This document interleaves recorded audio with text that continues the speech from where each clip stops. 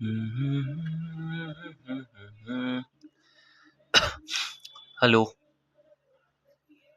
चलो, hello, welcome everyone. Welcome you all. आज हम लोग पढ़ेंगे अब यहाँ पे क्लास 10 इकोनॉमिक्स का chapter 2, that is sector of Indian economy. और इसको भी हम लोग टारगेट करेंगे कि अंडर 30 मिनट्स, ठीक है, 30 मिनट के अंदर भी हम लोग इसको खत्म कर ले। चलो, तो बिना किसी टाइम को वेस्ट किए हुए हम लोग स्टार्ट करते हैं एक बार। और इंट्रोडक्शन को एक बार ध्यान से देखते हैं। तो देखो बेटा, हर एक पर्सन है ना बेटा, जो वो एंगेज रहता है किसी ना किसी काइंड ऑफ इकोनॉमिक एक्टिविटी, किसी ना किसी ऐसी एक्टिविटी में जहाँ पे वो क्या करता है, पैसे को जनरेट करता है, जहाँ पे वो इनकम जनरेट करता है और अपने लाइवलीहुड को अर्न करता है, जो उसकी जिंदगी के लिए, गुजर बसर के लिए जो पैसे की जरूरत है ना, उसको अर्न करने की कोशिश करता है। अब इन एक्टिविटीज को मैं 3 सेक्टर में डिवाइड कर सकता हूँ। कैसे कर सकता हूँ कि उनका नेचर क्या है काम का, मतलब जो वर्क का नेचर है ना वो क्या है। तो ये 3 सेक्टर आपके होते हैं, प्राइमरी सेक्टर, सेकेंडरी सेक्टर और टर्शियरी सेक्टर।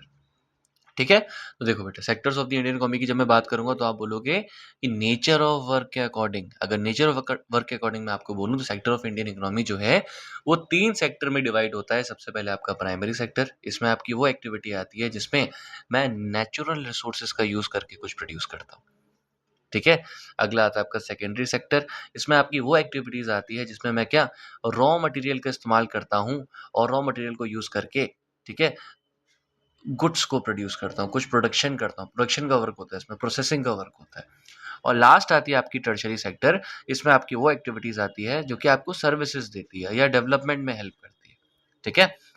अब अगर मैं आपको बताऊं, कई लोग ये भी पूछेंगे कि हम लोग डिवाइड क्यों करते हैं इकोनॉमिक एक्टिविटीज को सेक्टर के अंदर। तो बेटा, ये जो डिवीजन है ना, ये हमें हेल्प करता है कि हम अंडरस्टैंड कर सकें कि अलग अलग टाइप ऑफ इकोनॉमिक एक्टिविटीज हमारे देश की जो इकोनॉमी है, हमारे देश की जो अर्थव्यवस्था है, उसमें क्या रोल प्ले करती है और कैसे हमारे देश के डेवलपमेंट में कंट्रोल करती है, इसलिए हम डिवाइड करते हैं। ठीक है। चलो, थोड़ा आगे बढ़ते हैं और एक बार मैं आपको तीनों सेक्टर का ओवरव्यू देता हूँ, फिर हम इसे डेप्थ में पढ़ेंगे। और टेंशन मत लो, ये वीडियो एंड होने तक 30 मिनट से पहले मैं आपको इतना रटा दूंगा, इतना रटा दूंगा कि आप के हाथ ऑटोमेटिकली ही चलेंगे एग्जाम में। ठीक है। तो जो मैं बता रहा हूँ बस एक बार सुनते जाओ, सुनते जाओ, सुनते जाओ, और वीडियो में तुम बहुत बार सुन लोगे। ठीक है। तो मैंने क्या बताया था, nature of work. Nature of work के अकॉर्डिंग हम 3 सेक्टर में डिवाइड करते हैं हमारे देश की इकोनॉमी को। सबसे पहले आपका प्राइमरी सेक्टर, तो वो सेक्टर जिसमें तुम्हारा, हम लोग नेचुरल प्रोडक्ट्स को प्रोड्यूस करते हैं, नेचुरल प्रोडक्ट्स को एक्सट्रैक्ट करते हैं, नेचर से कोई प्रोडक्ट लेते हैं, उसे हम क्या कहते हैं, प्राइमरी सेक्टर। एग्जाम्पल, जब हम फार्मिंग करते हैं, एनिमल हस्बेंड्री करते हैं, फिशिंग करते हैं, फॉरेस्ट्री या माइनिंग करते हैं। ठीक है। सेकेंडरी सेक्टर, ये वो तुम्हारा सेक्टर है जिसमें हम प्रोसेसिंग करते हैं, जब हम कुछ बनाते हैं या मैन्युफैक्चर करते हैं प्रोडक्ट्स को। एग्जाम्पल, जब हम क्या करते हैं, कंस्ट्रक्शन करते हैं, मैन्युफैक्चरिंग करते हैं, इलेक्ट्रिसिटी, गैस वगैरह, वाटर सप्लाई वगैरह तुम्हारा किसमें आ जाएगा, सेकेंडरी सेक्टर में। और लास्ट है तुम्हारा टर्शियरी सेक्टर। क्या है बेटा, टर्शियरी सेक्टर, ये तुम्हारा वो सेक्टर है जो तुम्हें क्या करता है, सर्विसेज प्रोवाइड करता है हमारे बाकी के 2 सेक्टर को, that is to the primary sector और टर्शियरी सेक्टर और सेकेंडरी सेक्टर। ठीक है। इसमें तुम्हारा ट्रांसपोर्ट आ जाएगा, ट्रेड आएगा, बैंकिंग आएगा, ये सारा। ठीक है। ये क्या दे रहा है, सर्विसेज तो प्रोवाइड कर रहा है, तो ये सारा तुम्हारा किसमें आ जाएगा, हेल्थ कम्युनिकेशन किसमें आ जाएगा, टर्शियरी सेक्टर में। राइट। चलो, इंपॉर्टेंट पॉइंट, सबसे पहले ये तीनों सेक्टर दूसरे के ऊपर इंटरडिपेंडेंट होते हैं, कैसे मैं आगे बताऊंगा।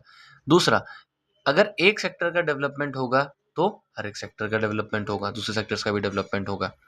और लास्ट जो तुम्हारा है वो ये देखो कि जो तुम्हारा सर्विस सेक्टर है, अगर तुमसे पूछा जाए कि कौन सा सेक्टर, इसी टर्शियरी सेक्टर को हम सर्विस सेक्टर कहते हैं, प्राइमरी सेक्टर को हम एग्रीकल्चरल सेक्टर कहते हैं और सेकेंडरी सेक्टर को हम इंडस्ट्रियल सेक्टर कहते हैं, क्योंकि इसमें एग्रीकल्चर इन्वॉल्व है, इसमें इंडस्ट्रीज इन्वॉल्व है और इसमें, अगर मैं बोलूँ, सर्विसेज इन्वॉल्व है।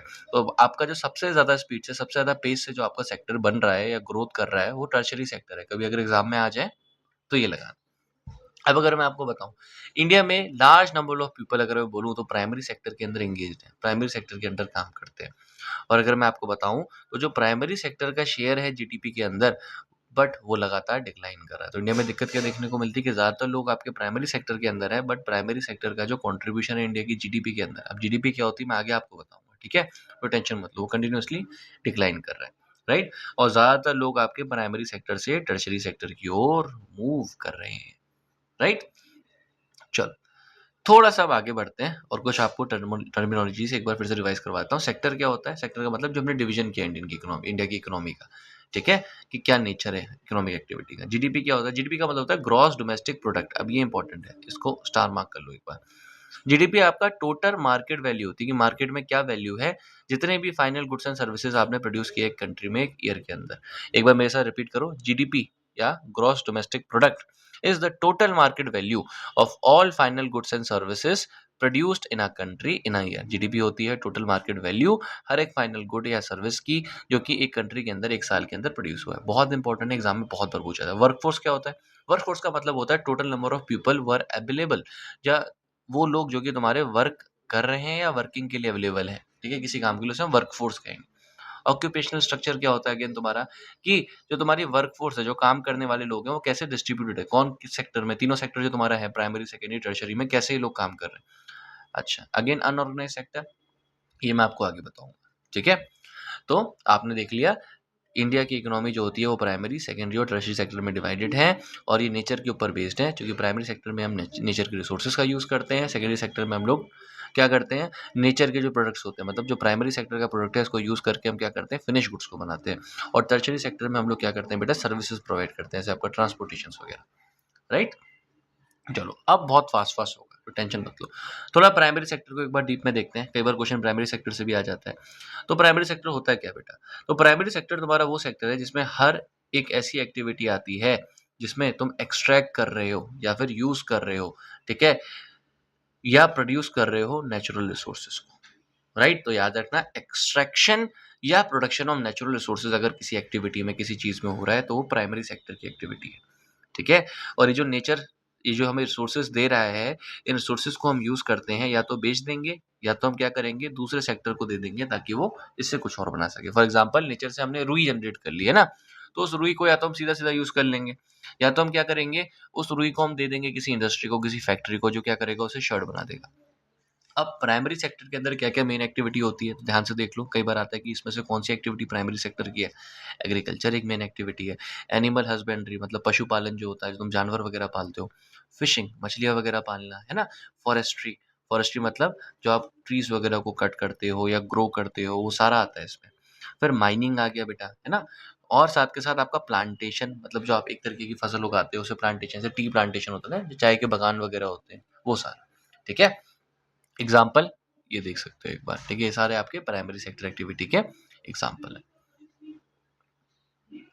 अब फीचर्स क्या है प्राइमरी सेक्टर एक्टिविटी के, ध्यान से देखना, डेफिनेशन में डाल सकते हो, ये तुम्हारे नेचुरल रिसोर्सेज के ऊपर डिपेंडेंट होती है। पहली चीज, अगर डिफरेंस आएगा कभी तो चीज दिमाग में डालना, ये तुम्हारा सबसे ओल्ड है, सबसे पुराना और सबसे बेसिक सेक्टर है। जब कुछ नहीं था कहीं पे भी तो एग्रीकल्चर तो होता होगा ना, इसलिए सबसे पुराना है। इसमें बहुत ज्यादा लेबर की रिक्वायरमेंट होती है, बट इन लेबर्स के अंदर कैपिटल या स्किलो नहीं भी होगा तो भी चलेगा, है ना, पैसे की भी उतनी ज्यादा रिक्वायरमेंट नहीं है इसमें, और ना ही कोई लेबर तुम्हारा स्किलफुल होना चाहिए, सिंपल लेबर मजदूर भी इस काम को कर सकता है।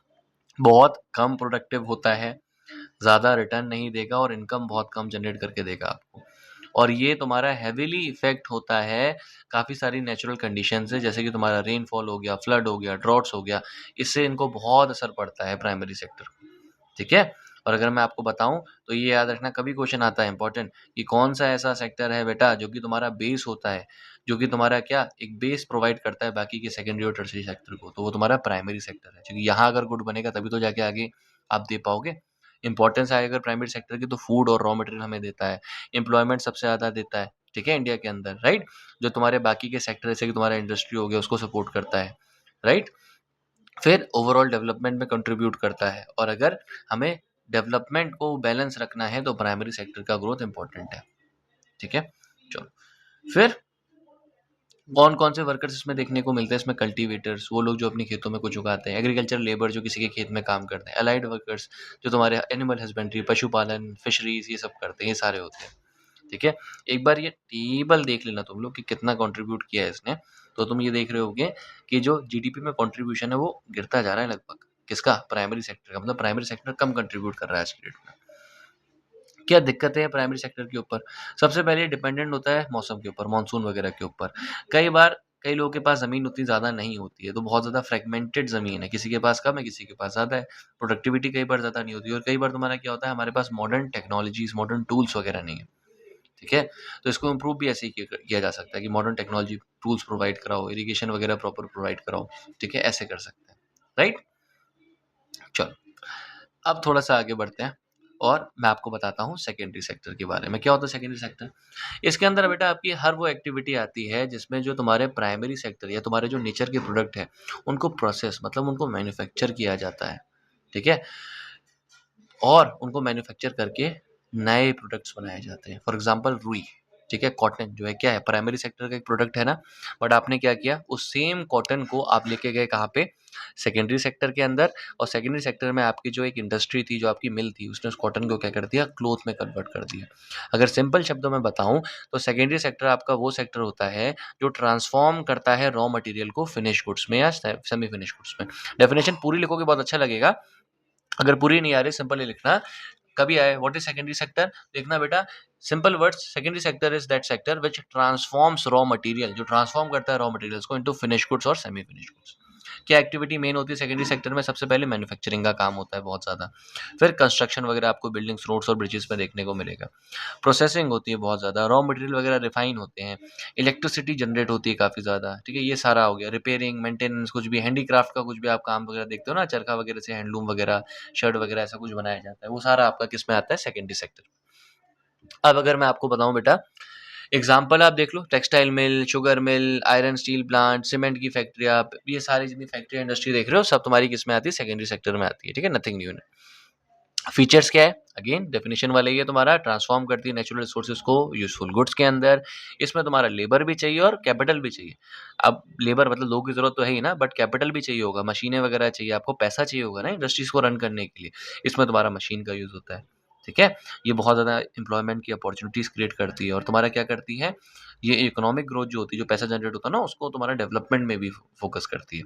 अब ये मेनली तुम्हारी प्राइमरी सेक्टर के ऊपर डिपेंडेंट होती है, रॉ मटेरियल मतलब कच्चे माल के लिए, रॉ सामान के लिए, और टर्शरी सेक्टर के ऊपर सर्विसेज के लिए। इसको ऐसे समझ सकते हो कि प्राइमरी सेक्टर से अगर कॉटन आएगा, ठीक है, तभी एक कॉटन की जो फैक्ट्री है, कॉटन की शर्ट बनाने वाली फैक्ट्री शर्ट बना पाएगी। और अगर उस फैक्ट्री से, ठीक है, उस फैक्ट्री को ट्रांसपोर्ट मिलेगा जो कि तुम्हारा टर्शरी सेक्टर देता है, सर्विस सेक्टर देता है, तभी वो ट्रांसपोर्ट के जरिए उसकी जो शर्ट है बनी हुई, वो जा सकती है तुम्हारी बाजारों में या सुपर मार्केट में और बिक सकती है। तो इसलिए ये डिपेंडेंट होती है इन दोनों में। इंपॉर्टेंस क्या है, प्राइमरी जो तुम्हारे प्रोडक्ट होते हैं उनकी वैल्यू इंक्रीज कर देता है। कॉटन जो है ना, कॉटन और ज़्यादा महंगी हो जाएगी जब शर्ट में होगी। एम्प्लॉयमेंट जनरेट करता है, इनकम जनरेट करता है, कैपिटल फॉर्मेट करता है मतलब पैसे जनरेट करता है देश के अंदर, ठीक है, और देश के इंफ्रास्ट्रक्चर को डेवलप करने में मदद करता है। ये 3-4 याद रखो, बाकी थोड़े टेक्निकल टर्म्स हैं तो आई एम अवॉइडिंग अभी के लिए, ठीक है? अब इसमें कौन-कौन लोग होते हैं, इंडस्ट्रियल वर्कर जो इंडस्ट्री में काम करने वाले वर्कर है, कंस्ट्रक्शन वाले काम करने वाले लोग, आर्टिशियंस हो गए, टेक्नीशियंस हो गए, सारे इसमें आते हैं। ये देख सकते हो कि इसका जो कंट्रीब्यूशन है जीडीपी में वो बढ़ता जा रहा है, बस हाँ, हाल-फिलहाल में थोड़ा बहुत कम हुआ है, ठीक है? अब थोड़ा-सा आगे बढ़ते हैं बेटा, और अगर मैं आपको बताऊँ क्या चैलेंज देखने को मिल रहे हैं सेक्टर को। सबसे पहला, हमारे देश में टेक्नोलॉजी के ऊपर डिपेंडेंट है सेक्टर, हमारे देश के ऊपर हमारे देश के पास टेक्नोलॉजी उतनी कुछ खास नहीं है। स्किल और ट्रेंड वर्कर्स नहीं है हमारे पास, पावर की सप्लाई उतनी ज़्यादा रेगुलर नहीं है और प्रोडक्शन की कॉस्ट बहुत ज़्यादा है। ये एक दिक्कत है, ठीक है? कैसे इंप्रूव करोगे? वही नई टेक्नोलॉजी को लेके आ जाओगे, लोगों को ट्रेनिंग करा दोगे, लोगों को स्किलफुल बना दोगे और पावर की जो सप्लाई है उसे रिलायबल कर दोगे, ठीक है? इतना इंपॉर्टेंट है यहाँ। चलो, आपको इसकी पीडीएफ चाहिए होगी ना, एक बार आप मेरे को कमेंट कर दो यूट्यूब पे पीडीएफ, ठीक है? और I will be sharing the PDF with you. तो आप मेरे को एक बार कमेंट कर देना यूट्यूब पे पीडीएफ। चलो, अब अगला है आपका बेटा टर्शरी सेक्टर। इसको बहुत ध्यान से देखना। तो ये तुम्हारा वो सेक्टर है बेटा जिसमें तुम्हारी हर वो एक्टिविटी आती है जो तुम्हें एक सर्विस देगी या सपोर्ट देगी, ठीक है? वो सेक्टर जिसमें हर एक तुम्हारी वो एक्टिविटी आएगी जो तुम्हें सर्विस देगी या सपोर्ट देगी, सर्विस या सपोर्ट देगी, ठीक है? और ये हेल्प करती है कंट्री के डेवलपमेंट के अंदर। ये एक्टिविटी में गुड, जैसे डॉक्टर सर्विस सेक्टर है, टीचर सर्विस सेक्टर है, कुछ सामान बना रहे हो क्या, गुड्स नहीं बना रहे हो, बट क्या कर रहे हो, उसके डिस्ट्रीब्यूशन में हेल्प कर रहे हो। इंजीनियर हो गया, ठीक है, ये सब क्या हो गया, किसी गुड्स को बना नहीं रहे बट उसके डिस्ट्रीब्यूशन में हेल्प कर रहे हैं, उसके सेल में हेल्प कर रहे हैं, स्मूथ फंक्शनिंग में हेल्प कर रहे हैं, ठीक है? तो सर्विस सेक्टर को कभी अगर आ जाए व्हाट इज टर्शरी सेक्टर, तो तुम क्या बोलोगे, बोलोगे service sector is also known as tertiary sector. In this sector services are provided to common people, ठीक है? क्या मेन एक्टिविटी आपको टर्शरी सेक्टर में देखने को मिलती है, ये देख लो ध्यान से। ट्रांसपोर्ट जो होता है वो टर्शरी सेक्टर में, ट्रेड आपको टर्शरी सेक्टर में देखने को मिलेगा, कम्युनिकेशन आपको टर्शरी सेक्टर में, banking, education, health, tourism, information technology और अदर सर्विसेज देखने को मिलेगी। एग्जाम्पल देख लो, एक टीचर जो स्कूल में है, एक डॉक्टर जो हॉस्पिटल में, एक शॉपकीपर आपको जो गुड्स बेचते हुए दिखाई देता है, एक बस का कंडक्टर आपको देखने को मिलेगा, एक कोई बैंकर है जो लोन दे रहा है किसी को, ठीक है? ये सारा आपका किसमें है, सर्विस सेक्टर में, जहाँ अपनी सेवाएं दे रहे हो। फीचर्स क्या है बेटा? सबसे ज़्यादा अगर मैं आपको बताऊँ तो कुछ गुड्स एंड सर्विसेज को प्रोड्यूस नहीं करता है। ये तुम्हारे दोनों प्राइमरी और सेकेंडरी सेक्टर को सपोर्ट करता है अगली चीज़, और ये तुम्हारा कम डिपेंडेंट है नेचुरल रिसोर्सेज के ऊपर। इसके अंदर तुम्हारे स्किल और एजुकेटेड दोनों लोग चाहिए, ठीक है? स्किलफुल और एजुकेटेड लोग चाहिए, राइट? इसमें बहुत सारी एक्टिविटीज़ होती है, ठीक है? इंपॉर्टेंस क्या है? एम्प्लॉयमेंट करता है जनरेट, तुम्हारा आईटी वगैरह, टूरिज्म वगैरह जो है ना, वो भी इसी के अंदर आता है, और क्वालिटी ऑफ लाइफ लोगों की बदल देता है, ठीक है? इकोनॉमिक ग्रोथ और डेवलपमेंट में कंट्रीब्यूट करता है। अब आपको देखने को मिल रहा होगा, ये देखो यहाँ पे आपको ग्रोथ दिख रही होगी, यहाँ आपको क्लियरली दिख रहा है कि आपका जो शिफ्ट आज के डेट में आपको देखने को मिला है, ज़्यादातर लोग अब किसमें, टर्शरी सेक्टर के अंदर है, बहुत ज़्यादा परसेंटेज बढ़ गया है, ठीक है? चैलेंजेस क्या है? सर्विसेज की क्वालिटी सब जगह एक जैसी नहीं होती, कहीं अच्छी क्वालिटी के लोग हैं, कहीं बेकार क्वालिटी के लोग, इन्वेस्टमेंट कम कर रहे हैं लोग, स्किल्ड लेबर नहीं है इंडिया के अंदर। तो ये चीज़ें इसको करने के लिए हम क्या कर सकते हैं? स्किल लोगों के अंदर डेवलप कर सकते हैं, और एम्प्लॉयमेंट की अपॉर्चुनिटीज़, टेक्नोलॉजी हम अच्छी कर सकते हैं, तो ऐसे हो जाएगा, ठीक है? डेप्थ में हो गया, हालाँकि इतना तुम्हारा काम का है नहीं। आपसे ना ये सोलली ऐसा अकेले ऐसा नहीं पूछेगा कि इतने अच्छे से डिफाइन कर दो, हमेशा कंपेयर करने को कहेगा। तो एक बार हम एक टेबल से देखते हैं कंपैरिजन इनके बीच में। सबसे पहले जब मैं प्राइमरी मतलब इन तीनों के बीच में डिफरेंस क्या है? जब मैं प्राइमरी एक्टिविटी के बारे में बात कर रहा हूँ, इसमें तुम्हारा प्रोडक्शन हो रहा है नेचुरल रिसोर्सेज का, ठीक है? और जब भी सेकेंडरी एक्टिविटी के बारे में बात कर रहा हूँ, तो ये डिफरेंट इसलिए क्योंकि इसमें जो प्रोड्यूस कर रहे हो, इसमें जो यूज़ कर रहे हो नेचुरल रिसोर्सेज को, उसी को तुम क्या कर रहे हो? रॉ मटेरियल की तरह यूज़ कर रहे हो, और तुम गुड्स बना रहे हो सेकेंडरी सेक्टर में, ठीक है? ये डिफरेंस है। थर्ड क्या है? टर्शियरी सेक्टर में तुम सर्विसेज प्रोवाइड कर रहे हो, सपोर्ट प्रोवाइड कर रहे हो, ताकि ये जो प्रोडक्शन हुआ है, ये जो डिस्ट्रीब्यूशन, ये जो तुम्हारी चीज़ें बनी, उसको तुम डिस्ट्रीब्यूट कर सको, ठीक है? एग्जाम्पल आ जाओ प्राइमरी सेक्टर के, फार्मिंग, फिशिंग, फॉरेस्ट्री। इसके क्या हो गए? तुम्हारे इंडस्ट्रीज वगैरह आ गए, ठीक है? जैसे तुम्हारी सीमेंट की इंडस्ट्री हो गई, ठीक है? ये सारी चीज़ें। टर्शियरी सेक्टर का ट्रांसपोर्ट हो गया, बैंकिंग हो गया, एजुकेशन हो गया, हेल्थ हो गया। अब मैं डिपेंडेंस की बात करूँ, तो जो तुम्हारा प्राइमरी सेक्टर है वो तुम्हारा नेचुरल रिसोर्सेज के ऊपर डिपेंडेंट है। ये तुम्हारा नेचुरल रिसोर्सेज के ऊपर डिपेंडेंट है, बट ये रॉ मटेरियल, मतलब नेचुरल रिसोर्सेज का जो आपका फॉर्म है रॉ मटेरियल के ऊपर डिपेंडेंट है, जो कि प्राइमरी सेक्टर से ही आता है। और ये तुम्हारा दोनों के ऊपर डिपेंडेंट है, क्योंकि दोनों में अगर सामान प्रोड्यूस नहीं होगा तो किसको सर्विस देगा, किसको सेवाएं देगा, ठीक है? यहाँ रॉ मटेरियल बनता है, यहाँ तुम्हारा फिनिश गुड्स बनते हैं, यहाँ कोई गुड नहीं बनता बल्कि सर्विस दी जाती है। इसमें 14% लोग हैं, इसमें 24% लोग हैं, उसमें 62% लोग, ठीक है? चलो, एक और रिलेशनशिप देख लेते हैं। ये तुम्हारे एग्जाम में अगर आ जाता है तो, कि इन तीनों के बीच में क्या रिलेशनशिप है, एक बार ध्यान से देख लो। रिलेशनशिप ये है बेटा कि जो तुम्हारा प्राइमरी सेक्टर होता है वो क्या देता है, देखो कैसे रिलेटेड है। सबसे पहले तुम्हारा, अगर कभी एग्जाम में आता है तो देख लो, प्राइमरी सेक्टर देता है तुम्हारा क्या, रॉ मटेरियल्स, और ये रॉ मटेरियल यूज करता है तुम्हारा कौन, सेकेंडरी सेक्टर। सेकेंडरी सेक्टर क्या करता है, रॉ मटेरियल को गुड्स में ट्रांसफॉर्म करता है, ठीक है? और गुड्स में ट्रांसफॉर्म करके क्या करता है बेटा, गुड्स में ट्रांसफॉर्म करता है, फिर तुम्हारा जो टर्शियरी सेक्टर है, तुम्हारे मॉल्स वगैरह आ गए, यहाँ देता है, और ये तुम्हारा क्या करता है बेटा, इन्हीं गुड्स को क्या करता है बेटा, इन्हीं गुड्स को बेचने वगैरह का काम करता है। और यही तुम्हारा टर्शियरी सेक्टर क्या करता है, हेल्प करता है सेकेंडरी सेक्टर को भी। अब मैं तुम्हें एक एग्जांपल देता हूँ, जो तुम एग्जांपल मेंशन कर देना, ठीक है? ये यहाँ पे लिख देना कि प्राइमरी सेक्टर रॉ मटेरियल और गुड्स कैसे कैसे इंटररिलेटेड है, कैसे डिपेंडेंट है। प्राइमरी सेक्टर तुम्हारा रॉ मटेरियल देता है, सेकेंडरी सेक्टर उनको फिनिश गुड्स में ट्रांसफॉर्म करता है, और टर्शियरी सेक्टर उनको सर्विसेज प्रोवाइड करता है। इसलिए तीनों एक दूसरे के ऊपर डिपेंडेंट है। ये क्वेश्चन कई बार आता है। अब एग्जाम्पल लो एक कॉटन का, कॉटन की शर्ट का, ठीक है? तो मान लो तुम्हारे पास, तुम्हारे खेत में कॉटन, तो वो कहाँ पे आ गई, प्राइमरी सेक्टर में। यही कॉटन तुमने दी सेकेंडरी सेक्टर वाले को, उसने उस कॉटन से क्या करा, शर्ट बना दी। और सेकेंडरी सेक्टर से ये जो तुम्हारी कॉटन थी, वो ट्रांसपोर्ट के जरिए टर्शियरी सेक्टर के जरिए जाती है मॉल्स में, जो अगेन टर्शियरी सेक्टर का पार्ट है, और वहाँ मॉल में जाके क्या होता है, बिक जाती है। और जब बिक गई तो अगेन क्या हुआ, फिर प्रॉफिट जनरेट हुआ। उस प्रॉफिट से फिर किसान जो था, उस किसान ने फिर कॉटन उगाई, वो कॉटन फिर गई सेकेंडरी सेक्टर में, फिर वहां से गई शर्ट बनकर टर्शियरी सेक्टर में, और ये सर्कल चलता रहेगा। तीनों एक दूसरे के ऊपर इंटरडिपेंडेंट है। बहुत इंपॉर्टेंट क्वेश्चन अगेन तुम्हारा, व्हाट इज जीडीपी। जीडीपी क्या होता है, कई बार आता है। तो जीडीपी अगर मैं तुमसे बोलूं, तो मैंने अगेन बता दिया, टोटल मार्केट वैल्यू, मार्केट में क्या वैल्यू है, जितने भी तुम्हारे फाइनल गुड्स है, या जितनी भी तुम्हारी सर्विसेज हैं जो कि तुमने एक कंट्री के अंदर एक साल में बनाई, ठीक है? तो एक बार फिर से मेरे साथ रिपीट करोगे, GDP is the total market value of all the final goods and services produce with in the geographic boundary of a country in a year, ठीक है? एक साल के अंदर जितने भी फाइनल गुड्स की वैल्यू है, कीमत है, जो कि किसी एक कंट्री के आपने अंदर एक साल में बनाई है, उसे हम जीडीपी कहेंगे। इसको हम मार्केट प्राइस पर, मार्केट में क्या रेट है उससे कैलकुलेट करते हैं। और ये तुम्हारा किसी भी कंट्री की जो तुम्हारी इकोनॉमिक परफॉर्मेंस है, कभी बार क्वेश्चन आता है ना कि which of the following is the best indicator, MCQ में आ जाता है एक कंट्री की इकोनॉमिक परफॉर्मेंस का, तो तुम क्या बोलोगे, जीडीपी। एग्जाम्पल, मैं मार्केट प्राइस को गिनूंगा। फॉर एग्जाम्पल, फिनिश गुड्स का मेरा मतलब क्या होता है, फाइनल गुड्स का मेरा मतलब होता है जो बिक रहा है ना उस कीमत पे। फॉर एग्जांपल तुम्हारा वीट तुम्हारा प्राइमरी सेक्टर में, फ्लोर तुम्हारा सेकेंडरी सेक्टर में, और उस फ्लोर से तुम क्या करते हो, बिस्किट बना दोगे, उसे जब दुकान में बेचोगे वो टर्शरी सेक्टर में। और जब मैं जीडीपी निकालूंगा तो मैं इन तीनों की कीमत को प्लस कर दूंगा, ठीक है, फिर जो कीमत आएगी फिर वो मेरी जीडीपी में कैलकुलेट होगी। फाइनल गुड का मतलब मेरा मतलब ये है, ठीक है। अगर मैं एक बिस्किट के पैसे गिन रहा हूँ तो मैं उस आटे के पैसे भी गिनूंगा, ठीक है, उस आटे से बिस्किट बनाने का, और वो बिस्किट से जो शॉपकीपर बेच रहा है अपना मार्जिन ले रहा है वो भी प्लस कैलकुलेट करूंगा, ठीक है। वैल्यू एडिशन क्या होता है वीट से, देखो तो वीट एक फार्मर क्या कर रहा है, उगा रहा है, कितने रुपए का, 10 रुपए का वैल्यू ऐड उसने कर दी, फिर उसको उसने बेच दिया, और उस वीट से क्या किया, उस वीट से उस गेहूं से बना दिया तुम्हारे एक मिल ने, एक चक्की ने क्या बनाया, आटा बना दिया, 15 रुपए का हो गया, तो 5 रुपए का वैल्यू एडिशन हुआ। यहाँ क्या किया, टर्शरी सेक्टर को बेचा और उसी आटे को शॉपकीपर ने बेच दिया 20 रुपए का। 10 रुपए की चीज कितने की होगी, 20 रुपए की। तो जो मैं फाइनल, तो टोटल वैल्यू जो आएगा जीडीपी से शॉप का कितना आएगा, 10 + 15 + 20, तो मतलब 45 आ जाएगा। तो 45 रुपए में जो होगा वो जीडीपी में इंक्लूड करूंगा, ना कि 20 रुपए, ठीक है। चलो, अब मैं जीडीपी को कैसे कैलकुलेट करूंगा, तो सबसे पहले मैं प्रोडक्शन को देखूंगा, इनकम मेथड को देखूंगा, एक्सपेंडिचर को देखूंगा। ये तुम्हारे बोर्ड के लिए बिल्कुल भी इंपॉर्टेंट नहीं है, इसको अवॉइड करो। जीडीपी की सिग्निफिकेंस देख लो, हमारी इकोनॉमी में का कितना साइज, हमारे देश की इनकम जो है वो कितनी बड़ी है, और देशों के बीच में कंपैरिजन करने के लिए, और देशों में कितनी ग्रोथ हो रही है। जिस देश की जीडीपी ज्यादा होगी मतलब उसमें ज्यादा प्रोडक्शन हो रहा है ना, उसमें ज्यादा चीजें बन रही है, तो मतलब ज्यादा ग्रो कर रही है। और हमारी गवर्नमेंट को पॉलिसीज और प्रोग्राम, मतलब हमारे देश की गवर्नमेंट क्या करती है, जीडीपी को बढ़ाने की कोशिश करती है ना, उसी के इर्द गिर्द पॉलिसी बनाती है। अच्छा, अब देखो, तो मैं एक बहुत इंपॉर्टेंट चीज बता रहा हूँ। कई बार स्टूडेंट ने मेरे से कहा कि सर ये एक बहुत out of the box question है, क्योंकि एनसीईआरटी डायरेक्टली नहीं पूछता है, तो इसका ध्यान से देखना। कई बार तुम्हारा आता है, why is GDP not an adequate method for calculating development.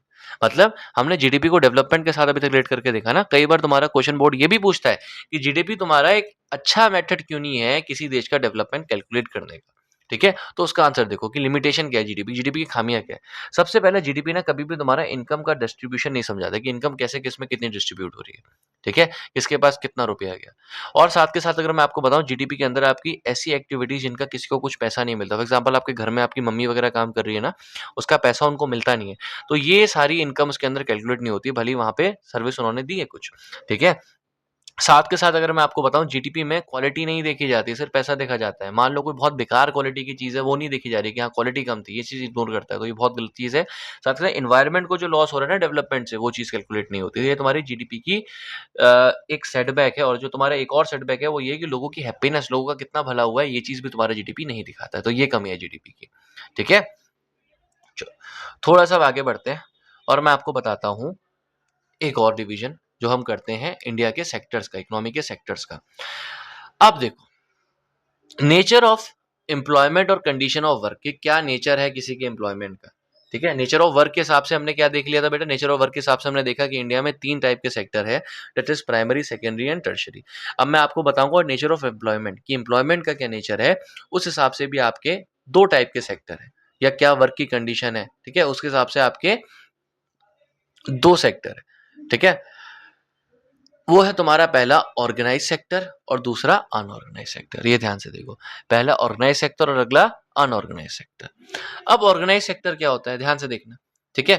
तो बेटा अगर मैं आपको बोलूं, आपका वो सेक्टर जो कि गवर्नमेंट के अंडर रजिस्टर्ड होता है, आपका वो सेक्टर जो कि या तो ओन्ड हो या तो ऑपरेट करे उसे गवर्नमेंट या कोई प्राइवेट कंपनी, और वो रजिस्टर्ड हो, रजिस्टर्ड इस शब्द पे ध्यान देना, उसे मैं कहूंगा कि ऑर्गेनाइज सेक्टर में आता है, राइट।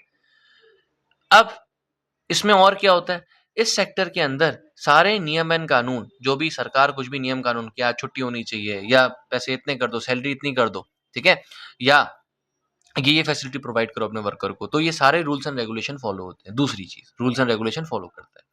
तीसरा, इनको या तो गवर्नमेंट ओन करेगी या तो प्राइवेट कंपनी ओन करेगी।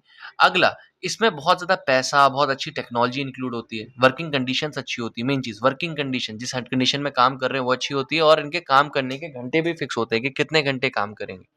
इनकी जॉब सिक्योर होती है, ठीक है, और इनको इनकम रेगुलरली मिलती है। ऐसा नहीं है कि आज इतनी इनकम मिल गई कल इतनी इनकम मिल गई। इसमें तुम्हारे एग्जांपल आते हैं आईटी की कंपनीज, ठीक है, bank, government office, public sector, ठीक है, आपके स्कूल वगैरह जो हो गए वो सारे आते हैं आपके किसमें, ऑर्गेनाइज सेक्टर में। इसी का उल्टा होता है बेटा अनऑर्गेनाइज सेक्टर। ये तुम्हारा वो सेक्टर होता है जो नॉट रजिस्टर्ड, जो रजिस्टर्ड नहीं होता है गवर्नमेंट के अंदर, और इसे ना तो गवर्नमेंट ओन करती है ना तो कोई प्राइवेट कंपनी, बल्कि इसे छोटे-छोटे इंडिविजुअल ओन करते हैं और जो कि गवर्नमेंट के बस के बाहर। जैसे आप टिक्की, चाट वगैरह की रेडी देखते होंगे, एक सिंपल जो बार्बर बैठा हुआ है वो देखते होंगे। यहाँ कोई फिक्स रूल नहीं है और जो वर्क है वो डिपेंड करता है कि क्या कस्टम ट्रेडिशन है, मतलब कितने घंटे करना चाह रहा है आदमी, ठीक है? और अगर आपको बताऊँ, इसको आपके छोटे-छोटे इंडिविजुअल या छोटे-छोटे जो आपके प्रॉपर्टियर्स हैं, छोटे-छोटे जो मालिक टाइप के हैं वो ओन करते हैं। इसमें पैसे भी कम इन्वॉल्व होते हैं, टेक्नोलॉजी भी उतनी अच्छी नहीं होती है और जो वर्किंग कंडीशन होती है वो बहुत ज़्यादा पुअर होती है, खराब होती है, और वर्किंग आवर्स भी, अब ये बहुत इंपॉर्टेंट है, वर्किंग कंडीशन बहुत ज़्यादा पुअर। कभी देखना वो चूड़ी वगैरह बनाने वाले जो लोग होते हैं, तुमने देखा होगा कई बार क्या, जो काम कर रहे हैं छोटी-मोटी शॉप्स में, है ना, छोटी दुकानों के अंदर काम कर रहे हैं, उनके वर्किंग आवर फिक्स नहीं है, कभी कितने घंटे भी काम कराते हैं ना, जब तक काम बढ़ना है, जब तक ग्राहक है। और साथ के साथ वर्किंग कंडीशंस कई बार सेफ नहीं होती। रेगुलर कोई जॉब सिक्योरिटी नहीं है। आज मन करा, कल नहीं किया तो हटा दिया जॉब से। इनकम अनसर्टेन है, कभी इनकम है, कभी नहीं है। छोटी शॉपें तुम्हें जो देखने को मिलती है, जो रोड साइड में तुम्हें वेंडर देखने को मिलते हैं, जो तुम्हें डोमेस्टिक वर्कर्स काम करते हुए दिखाई देते हैं, रिक्शा पुलर, छोटे फार्मर, ये सारे इसमें आते हैं। ठीक है? एक और चीज़ का ध्यान रखना, इंडिया के अंदर ज़्यादातर लोग अनऑर्गेनाइज़ सेक्टर में होते हैं। इंपॉर्टेंट है, ध्यान देना। और अनऑर्गेनाइज़ सेक्टर ही इंडिया की एम्प्लॉयमेंट में बहुत ज़्यादा कंट्रीब्यूट करता है। बट इंडिया में अगर हायर प्रोडक्टिविटी और हायर इकोनॉमिक ग्रोथ चाहिए तो हमें ऑर्गेनाइज सेक्टर की ओर बढ़ना पड़ेगा। ठीक है, इस बात का ध्यान देना, राइट, क्योंकि ऑर्गेनाइज सेक्टर हमें बेटर फैसिलिटीज देता है। आई होप तुम्हें ऑर्गेनाइज सेक्टर अनऑर्गेनाइज सेक्टर समझ में आ गया, इसके बीच का डिफरेंस भी समझ में आ गया। ठीक है, देख लो, सबसे पहले एक बार फिर से तुम्हें रिवाइज कराया था। अनऑर्गेनाइज सेक्टर छोटे स्केल में काम करता है, स्मॉल स्केल में। इसमें सिंपल टूल, सिंपल टेक्नोलॉजी का यूज़ होता है। स्किल ट्रेनिंग कुछ नहीं चाहिए होता है। इन्वेस्टमेंट बहुत कम होती है, कोई जॉब सिक्योरिटी नहीं है, इनकम बहुत कम इरेगुलर होती है, कोई कॉन्ट्रैक्ट साइन नहीं करते हैं। ठीक है, एग्जाम्पल तुम्हारे जो स्ट्रीट हॉकर तुम्हें दिखाई दे रहा होगा ये, ठीक है, वीवर तुम्हें दिखाई देते हैं, फार्मर्स दिखाई देते हैं। ऑर्गेनाइज सेक्टर की क्या इंपॉर्टेंस है, तुम्हें एम्प्लॉयमेंट देता है बहुत बड़े सेक्शन ऑफ दी सोसाइटी को। अनऑर्गेनाइज सेक्टर इंपॉर्टेंस क्या है, साथ के साथ लोकल रिसोर्सेज को यूज़ करता है, पैसे ज़्यादा नहीं चाहिए होते हैं। गाँव देहात में आपको यही देखने को मिलेगा, और गाँव देहात में जो गरीबी वगैरह होती है उसको कम करने में मदद करता है, तो ये इसकी थोड़ी बहुत इंपॉर्टेंस है। वहीं आ जाओ, प्रॉब्लम्स क्या देखने को मिलती है बेटा, अब ये ध्यान से देखना। प्रॉब्लम क्या है अनऑर्गेनाइज सेक्टर में? सबसे पहले प्रोडक्टिविटी बहुत कम है, ठीक है, एजुकेशन तुम्हें कम देखने को मिलती है, स्किल कम देखने को मिलती है, पैसे की, क्रेडिट की एक्सेस, मतलब इनके पास मनी, लोन वगैरह के लिए एक्सेस नहीं होती है, टेक्नोलॉजी इनके पास बहुत थर्ड क्लास होती है, और कोई सोशल सिक्योरिटी नहीं है, ये प्रॉब्लम है। और इनको जो बीच के बिचौलिए होते हैं ना, जो ये लोन वगैरह देते हैं, बहुत ज़्यादा एक्सप्लॉइट करते हैं, बहुत इनका शोषण करते हैं। ठीक है, इनकम जो है वो बहुत ज़्यादा इर्रेगुलर है, कोई भी जॉब को लेके सिक्योरिटी नहीं है, ये एक चीज़ देखने को मिलती है। सजेशन क्या दे सकते हैं हम इम्प्रूवमेंट के लिए? सबसे पहले इनको एजुकेशन दो, इनको स्किल ट्रेनिंग कराओ, साथ के साथ इनको ये लोन वगैरह के लिए नई टेक्नोलॉजी जब इनको चाहिए वो खरीदने के लिए अच्छी एक एक्सेस दो, लोन वगैरह ईज़िली प्रोवाइड कराओ।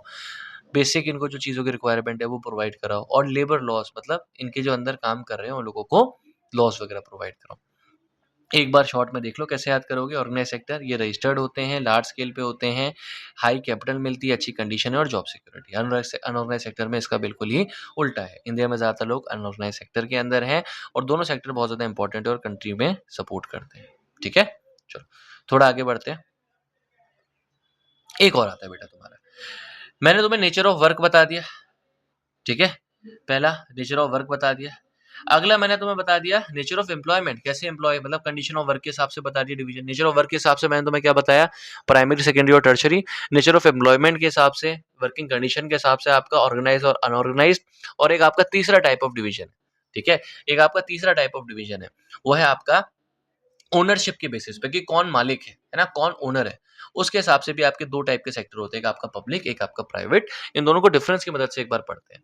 तो on the basis of ownership, कि कौन ओनर है, जो एक्टिविटीज हैं तीन सेक्टर में, उसको मैं फर्दर डिवाइड कर सकता हूँ पब्लिक सेक्टर और प्राइवेट सेक्टर के बीच में।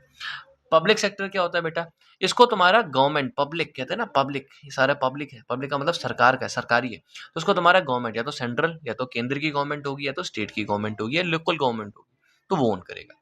ठीक है, मेन मोटो इसमें सर्विस होता है, पैसे कमाना नहीं होता है। फॉर एग्जाम्पल आपके आसपास में जो पार्क है, सरकारी अस्पताल है, तो वो महंगे नहीं होते। कारण क्या है, वो सर्विसेज देना चाहते हैं आपको। ठीक है, पार्क फ्री होते हैं, कारण क्या है, क्योंकि आपको सर्विस देनी है ना, उनका मेन मोटिव फायदा पैसे कमाना है ही नहीं। सरकारी स्कूल सस्ते होते हैं। ठीक है, फिर अगर आप देखो, गवर्नमेंट का पूरा कंट्रोल होता है इसकी वर्किंग के ऊपर, सरकार अपने हिसाब से डिसाइड करती है, और सरकार ही फंड देती है इन लोगों को टैक्सेस के जरिए, लोन्स के जरिए, इन सब चीजों के जरिए। इसका एग्जांपल अगर आप देखो इंडियन ऑयल हो गया, जो आपके ये यूपी का जो यूपी रोडवेज हो गई, उत्तराखंड की रोडवेज हो गई, ऐसे आपको जो रोडवेज वगैरह देखने को मिलती है, रेलवे आपको इंडिया की पोस्ट ऑफिस देखने को मिलता है, जो डिफेंस है इंडिया का वो सारा आपका आता है पब्लिक सेक्टर के अंदर, ठीक है। और इसमें गवर्नमेंट अकाउंटेबल होती है, गवर्नमेंट की, सरकार की जिम्मेदारी है आपकी अगर कुछ गड़बड़ होती है। ये आ गया पब्लिक सेक्टर। अब प्राइवेट सेक्टर क्या होता है बेटा? वो सेक्टर जो कि आपका इंडिविजुअल ओन करते हैं या फिर एक ग्रुप ऑफ इंडिविजुअल, मतलब कोई एक इंसान ओन कर रहा है, कोई प्राइवेटली ओन कर रहा है, किसी की निजी संपत्ति है, उसे कहेंगे। इनका मेन मोटिव फायदा कमाना होता है। फॉर एग्जाम्पल रिलायंस या जियो, किसी इंडिविजुअल का है ना, प्राइवेट है ना ये चीज, मेन मोटिव क्या है? पैसे कमाना, फायदा कमाना, ठीक है, मालिक के लिए, राइट। और इसमें जो मालिक होता है उसका पूरा कंट्रोल है, मतलब रिलायंस के अंदर पीएम का कंट्रोल नहीं होगा, रिलायंस के अंदर या जियो के अंदर कंट्रोल किसका होगा? मुकेश अंबानी का, ठीक है। क्योंकि मेन मोटिव क्या है? पैसे कमाना। और मेन ओनर कौन है? वो इंडिविजुअल यार, Mukesh Ambani is the owner. तो इसमें जो फंड वगैरह होते हैं वो ओनर खुद अरेंज करते हैं। जैसे यहाँ पे तुम्हारा सरकार अरेंज करके देती थी ना, यहाँ पे तुम्हारा वो इंडिविजुअल खुद, मुकेश अंबानी को अगर जियो में कुछ करना है या रिलायंस में कुछ करना है तो पैसे खुद लगाएगा। एग्जाम्पल तुम्हारा टाटा हो गया, रिलायंस हो गया, ये सब हो गया तुम्हारा, ठीक है, याद रखना। और इसमें तुम्हारे जो ओनर्स है, जो मालिक है, वो जवाबदेही देगा अगर कुछ होता है, ठीक। की पॉइंट, अगर हमें बेसिक चीजें डेवलप करनी है तो हमें पार्क, हॉस्पिटल, स्कूल से सब चाहिए होगा ना, तो ये पब्लिक सेक्टर बहुत इंपॉर्टेंट रोल प्ले करता है किसी भी जगह के डेवलपमेंट के लिए। प्राइवेट सेक्टर तुम्हारा एफिशिएंसी लेके आता है, मतलब प्राइवेट सेक्टर बहुत ज्यादा एफिशिएंट होता है। तुमने कई बार देखा होगा ना, एक बार कि एसबीआई के ऑफिस में जाओ, वो कहते हैं आ जाना, कल आना, लंच चल रहा है। बट वहीं अगर तुम किसी प्राइवेट बैंक में जाओ, तुरंत फटाफट करते हैं, इनोवेशन तुम्हें देखने को मिलता है, प्राइवेट जगह पे आपको कॉम्पिटिशन देखने को मिलता है। तो दोनों सेक्टर इंडिया के लिए बहुत ज्यादा इंपॉर्टेंट है, ठीक है। प्राइवेट सेक्टर लोगों के वेलफेयर के लिए, और प्राइवेट, और जो तुम्हारा पब्लिक सेक्टर सॉरी लोगों के वेलफेयर के लिए, और प्राइवेट सेक्टर तुम्हारा प्रॉफिट कमाने के लिए होता है, ठीक है। चलो थोड़ा सा आगे बढ़ते हैं। ये एग्जाम्पल कुछ दिए हुए हैं, एक बार देख लेना, ठीक है। सारे इंपॉर्टेंट नहीं, एक दो तुम्हें याद होंगे तो समझ में आ जाएगा। ये दोनों की इंपॉर्टेंस है, ये एक बार देख लेना कि पब्लिक सेक्टर तुम्हारा इंडस्ट्री वगैरह डेवलप करता है, ठीक है। फिर तो अगर तुम्हें बताऊं, प्राइवेट सेक्टर तुम्हारा क्या करता है बेटा? कंपटीशन को प्रमोट करता है, compete करता है। जैसे जियो और एयरटेल प्राइवेट है ना, दोनों compete कर रहे हैं, नेक टू नेक चलती है फाइट कि कौन ज्यादा सिम बेचेगा, है ना, किसका नेटवर्क ज्यादा फैलेगा। एक साथ दोनों में, दोनों पब्लिक सेक्टर में भी जॉब्स की अपॉर्चुनिटी होती है, प्राइवेट में भी, तो दोनों की खास बात है। और दोनों तुम्हारा डेवलपमेंट में हेल्प करते हैं और ग्रोथ में हेल्प करते हैं, ठीक है। प्रॉब्लम देख लो क्या देखने को मिलती है पब्लिक प्राइवेट सेक्टर में।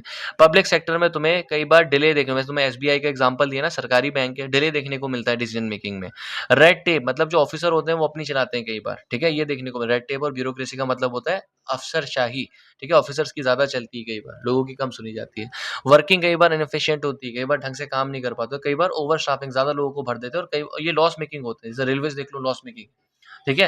वहीं प्राइवेट सेक्टर की अगर बात करूं तो ये कई बार वर्कर्स का एक्सप्लॉइटेशन करते हैं, जितने घंटे उनको काम करना चाहिए उससे घंटे ज्यादा काम करवा देंगे, कुछ एक्स्ट्रा काम दे देंगे। वर्किंग कंडीशन कई बार ठीक नहीं होती है, कई बार अच्छी कंडीशन में काम नहीं करेंगे।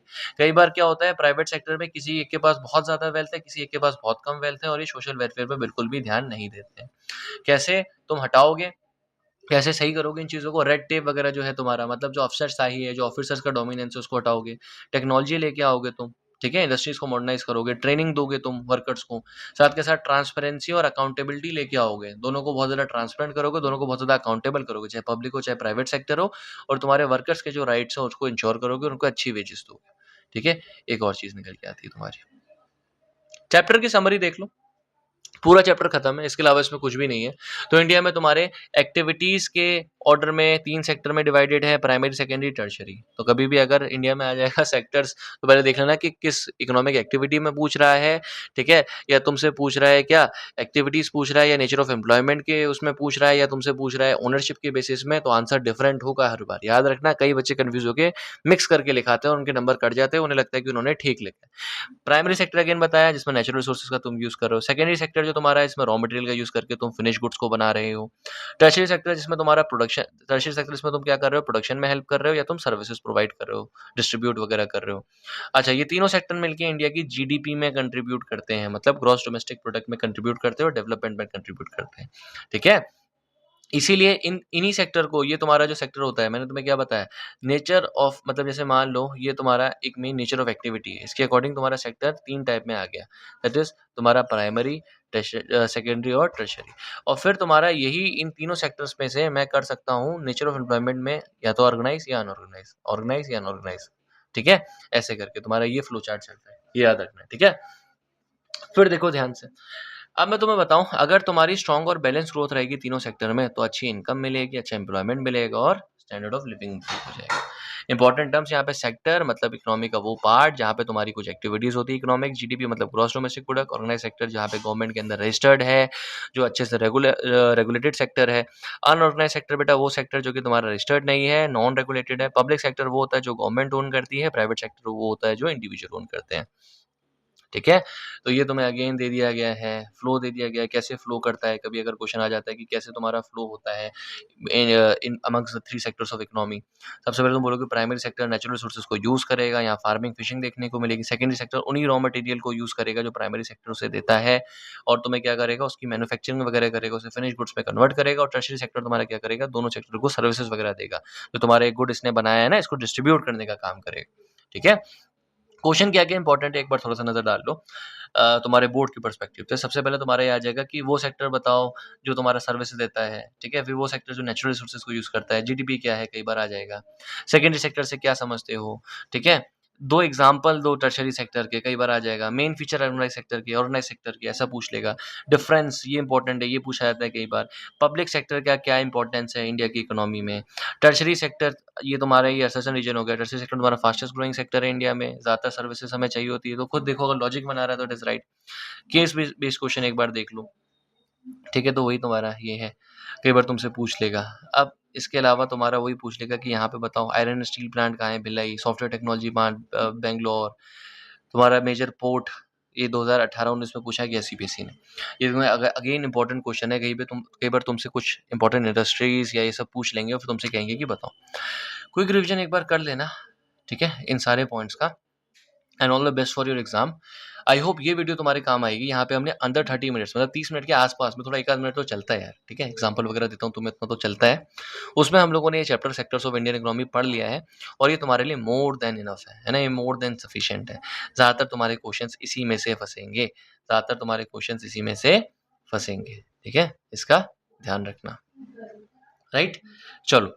सो विद दिस, ठीक है, विद दिस एक बार ना बस एक चीज और करना बेटा, मुझे जो लग रहा है डिस्गाइज अनएम्प्लॉयमेंट, ठीक है, ये मैं तुम्हें एक बार बता देता हूँ।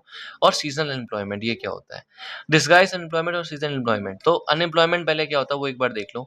अनएम्प्लॉयमेंट तुम्हारी वो कंडीशन है, इट इज दैट कंडीशन, ये तुम्हारी वो कंडीशन है जहाँ पे आप पर्सन वो इज एबल, जो कि काम कर सकता है, and is willing to work, जो काम करना चाहता है, और फिर भी still is not able to find work, उसको फिर भी काम नहीं मिल रहा है, उसे हम कहेंगे कि वो अनएम्प्लॉयड है। और इंडिया में तुम्हें मेजरली दो टाइप के एम्प्लॉयमेंट अनएम्प्लॉयमेंट देखने को मिलते हैं। एक होता है तुम्हारा सीजनल एम्प्लॉयमेंट, जहाँ पे किसी इंसान के पास एक सीजन में काम है, एक सीजन में वो एम्प्लॉयड है, और दूसरे सीजन में वो क्या है, अनएम्प्लॉयड है। फॉर एग्जाम्पल तुम देखते होगे जो आइसक्रीम वगैरह वाले हैं, एक सीजन में तो आइसक्रीम बिक रही है ना, उनके पास काम है, अगले सीजन में नहीं बिक रही तो अगले सीजन में काम नहीं है। और वही तुम्हारा अगला टाइप ऑफ अनएम्प्लॉयमेंट आता है, डिस्गाइज अनएम्प्लॉयमेंट। ये तुम्हारा वो अनएम्प्लॉयमेंट है, ये तुम्हारी वो बेरोजगारी है जिसमें more than required number of peoples are doing a work, जिसमें जितने लोग चाहिए उससे ज्यादा लोग काम कर रहे हैं, और वो अपना मैक्सिमम जितना आउटपुट वो दे सकते हैं उतना आउटपुट नहीं दे पा रहे। ठीक है, फॉर एग्जाम्पल एक खेत मान लो, उस खेत में आपको चाहिए बस कितने लोग, 10 लोग। ठीक है, और उस खेत में काम कर रहे हैं 20 लोग, तो आपको ऐसा लगेगा कि 20 के 20 काम कर रहे हैं, बट असल में वहां 10 ही लोगों की जरूरत है। ठीक है, तो इस बात का ध्यान रखना। तो चूंकि वहां 10 ही लोगों की जरूरत है और वहां 20 लोग काम कर रहे हैं, तो इस केस में क्या है, वहां पे डिस्गाइज अनएम्प्लॉयमेंट, और बाकी के 10 लोग क्या कर रहे हैं, अपनी फुल कैपेसिटी के हिसाब से काम नहीं कर पा रहे। ये इंपॉर्टेंट चीज थी जो मेरे ख्याल से मिस हो रही थी। रेस्ट पूरा चैप्टर कवर हो गया। कुछ अगर मैं मिस कर रहा हूँ मुझे कमेंट सेक्शन में एक बार टेक्स्ट कर देना। ठीक है, आई होप तुम्हें समझ में आया, और अगर पीडीएफ चाहिए तो मुझे एक बार टेक्स्ट कर दो पीडीएफ। चलो, thank you so much, thanks for listening. And again फिर अब मैं कंटिन्यू करूंगा, और अगला तुम्हारा लेके आऊंगा जो टॉपिक वो सिविक्स का होगा।